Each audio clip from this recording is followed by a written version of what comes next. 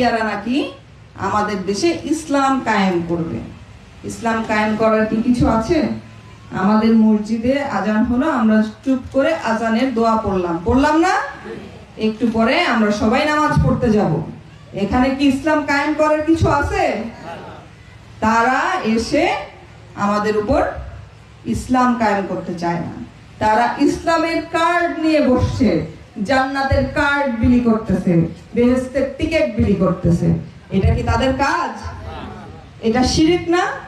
যে তারা নিজেকে আল্লাহর সাথে তুলনা করতেছে। বেহেশত দেওয়ার মালিক যদি আল্লাহ হয়ে থাকেন, এটা আল্লাহর সাথে তুলনা করতেছেন না? আল্লাহর সাথে যারা নিজেদেরকে তুলনা করেন সেটাকে আল্লাহ কি বলে? শিরিক করা বলে। ঠিক? এই যে শিরিক করলেন, এই শিরিক যারা করে তাদের উপর কিন্তু মুসলমানদের জন্য বলা আছে, যারা মুনাফিক, যারা মিথ্যাবাদী, যারা শিরিক করে তাদের উপর তোমরা কঠোর হও। তাই এদের কথা কি আপনারা শুনবেন? এদের কথা শোনা যাবে না। আমরা যারা বাংলাদেশকে ভালোবাসি, আমরা কখনোই এদেরকে প্রশ্রয় দেব না। তাদের কাকে ভোট দিতে হবে? ধানের শীষ প্রতীকে ভোট দিতে হবে। হবে?